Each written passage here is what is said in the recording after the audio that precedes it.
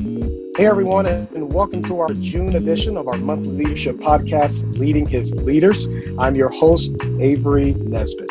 Hey, today I am joined by a very long-term, it's not that she's old, I'm old, a very long-term friend of mine. This is Brandy Shavon. She has a background in criminology, psychology. She is a licensed clinical social worker in both Georgia and New York, helping people through mental health and substance abuse issues. But on top of all of that, she is the CEO and founder of Pearls of Esther that seeks to make sure that women are living a life of wholeness, spiritually, emotionally, financially, and professionally. Brandy, thank you for joining us on the podcast. Thank you for having me. So listen, with all of the background that you have and all the things that you've seen and done, I really want to dive into just this wealth of knowledge that you bring to the table. Talk to me about this. You know the season we're living in. People are sheltering in place. There's just the world's in chaos right now, and leaders are feeling the brunt of that as we try to lead through all of these different seasons. What are some things that leaders can do? Now listen, not to lead better, not to be better managers, not to be the person with all the answers. What are some things that leaders can be doing right now to help take care of their own mental health? That's a very good question. I think one of the things that leaders can do first, and it sounds very simplistic, is to first realize where they are, pay attention to where they are mentally and emotionally. As leaders, we're sometimes so accustomed to making sure that everybody else is good that we ignore the needs of our own. And so I think that the very first thing that we can do is to be very honest and transparent about if we're not doing well, if we're not coping well with everything that is happening. Because if we're not well mentally or emotionally, it is going to impact how we lead eventually. It's going to eventually start to come out in other areas. And so I think that on a very simplistic level, it's okay to be honest about where we are. Another thing, and I've said this on various other platforms in giving this type of advice, is, I know when things first happened, when the quarantine first started, people started passing around this meme about if you don't come out of this quarantine with an LLC and, all this other business ventures and all this great stuff, you've wasted your time. And I hated that so much because it's like for some people, just getting through the day is a task, right? And so I just want to encourage leaders that in this time, don't feel the pressure of like being in some type of rat race to come out of this time with a promotion or, with the hottest new project or brand on the block or anything of that nature. If you're not doing well, if you are depressed or you're feeling anxiety to the point to where it's a struggle just to get out of bed in the morning, or maybe it's affecting your marriage or it's affecting your parenting skills, then I would say work on that. Work on getting yourself back to a better place so that you can take care of the very basic needs that you have. So I just want to encourage you not to give in to, all that, those memes about coming out of this time with all these great feats, that you've done during this quarantine while everybody else was sleeping and all of this. You were building your team and you were doing this and doing that. I just want to release you from that pressure, because if you can listen, we're in hard times. And so if getting through the day and going to sleep at night and saying, okay, I made it another day, using my coping skills, then give yourself a pat on the back for those very simplistic things. Because to be honest, I think that a lot of leaders are not okay. And a lot of times we have, it's difficult for us to admit when we're not okay because we also feel pressured to be the strong one. We feel pressured, to have this strong front because it's like, okay, well, if my team sees me struggling, then how are they going to be able to function, right? And to be honest, that is all a myth. Really, our strength is in vulnerability. I always say, a lot of times when we let people know that we are struggling mentally or emotionally, you'd be surprised how many people can empathize, how many people are there with you.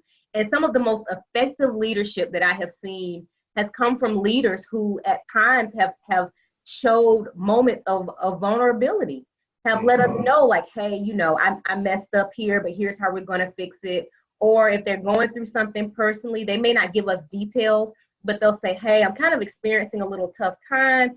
I'm taking some time off or what have you. And so really, I think it just all boils down again to being honest about where you are, because that is where your strength really is. Being a strong leader doesn't make you immune to the ills of life. It's not making you immune to the hardship of a pandemic. But what it can do is create spaces for you to be vulnerable. And guess what? As a leader, the beauty is that when you're vulnerable, it releases other people to be vulnerable. You know what I mean? When you're letting people know, hey, look at me. Like, yes, I'm the leader in whatever capacity, but guess what? I'm feeling this too. Then it normalizes it for other people. And it gives other people the courage to speak out or seek help where they may be struggling as well. That's so good. Very simplistic. Be vulnerable. Take care of yourself, and not set these lofty goals. No. That you must that you must achieve. I saw that meme circulating around. I also saw the edited version come around a little later, and it had an X through it. It says, "Skip all this. We all just out here trying to make it." Right. You don't have to have your own organization by the time this is done. So listen, if people just focused on those things that you just said, we truly would have a healthier mental state. We would have a healthier physical state. So it begs the question then, why don't leaders focus on mental health? Well, why is it that we wait until the house is on fire to go and get therapy, to go and get counseling? Why is it that you think people come to you when they're at the end of their road? Right. That's a very good question. I really think that as human beings, we think that if you're going to a therapist, that things have to be really, really, really, really bad. And we do often get calls when things are really, really, really, really bad. But I guarantee you that before things got to a 10, there was a 1, a 2, a 3, a 4, a 5, a 6, 7, and 8, and a 9, right? And so what we have to do, and thank you again for this opportunity, because we have to, have these conversations to destigmatize mental health and say you don't have to be thinking of suicide to go see a therapist. There are instances, events, thoughts, and feelings that often lead up to that. Does it become that serious for some people? Absolutely. But if we can start to seek help when we get to a 3, a 4, or a 5, you get what I'm saying? Very early on, that's how we keep things from getting to the very more serious end of the mental and emotional wellness issues. And so I would say, again, the thought process is that things, like you said, the house has to be on fire. I have to be really just going through to where I just don't, I can't do anything else to go and see a therapist. And that's not true. Just like you see your doctor, there are people who, like my mom, she goes to see her doctor. If she coughs for more than 2 days, she is calling her doctor. I'm going in. I'm going in, like call me in a Z-Pack, some amoxicillin or something, because she thinks she has a whole thing going on. She does not play. But at the same time, she has been able to maintain health at her age because of that. Because there are some things that she's caught very early on instead of waiting for them to progress. And I think we have to change our mentality and become that way about mental health. Another question that we often get, especially when we're triaging for new clients, is they say, well, will my employer find out that I'm seeing a therapist? Will my workplace, or if I go to apply for another job and they do a background check, will they find out that I've seen a therapist? And my answer is absolutely not. Your medical health records are covered by HIPAA. It is a federal law. Violation of HIPAA is punishable by hefty, fines and prison time, and possible, snatching of our licensure. So trust me, number one, we're not trying to take that gamble. And number two, your medical records are not disclosed to anyone without your permission. Absolutely not. And so, I think that is, if I had to think of any question that I get from people in their caution about seeing a therapist, that would be at the top of the list, because for some reason people think that if I see a therapist, my information or the fact that I'm seeing a therapist is going to be out there, and it's not true. Just like your doctor, lawfully cannot know. Your employer cannot lawfully know what's going on with you medically. Then it's the same way with mental health. It falls under protected health information.